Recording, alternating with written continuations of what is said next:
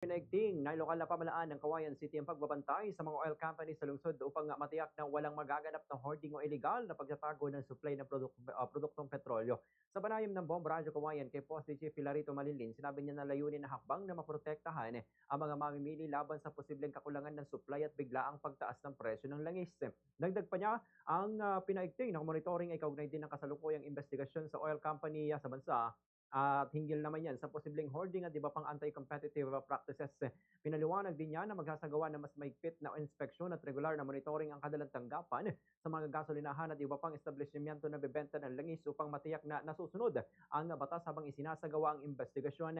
Tiniyak din niya na handa ang lokal na pamahalaan na magpatupad ng kaukulang parusa laban sa sinumang mapapatunayan sangkot sa hoarding o iba pang irregularidad.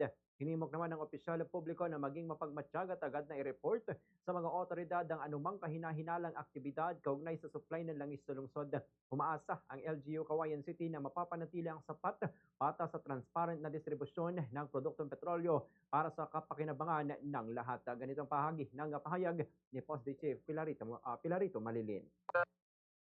Open ng 24 hours, na-maintain naman nila yun.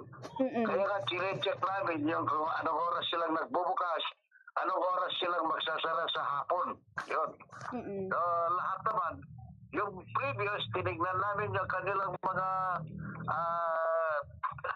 time of operation. Kung mag-start sila ng alas 6, magsasara sila ng alas 7. Gano'n. Yes, So, na-maintain naman nila yun. Sa Radyo Bombo!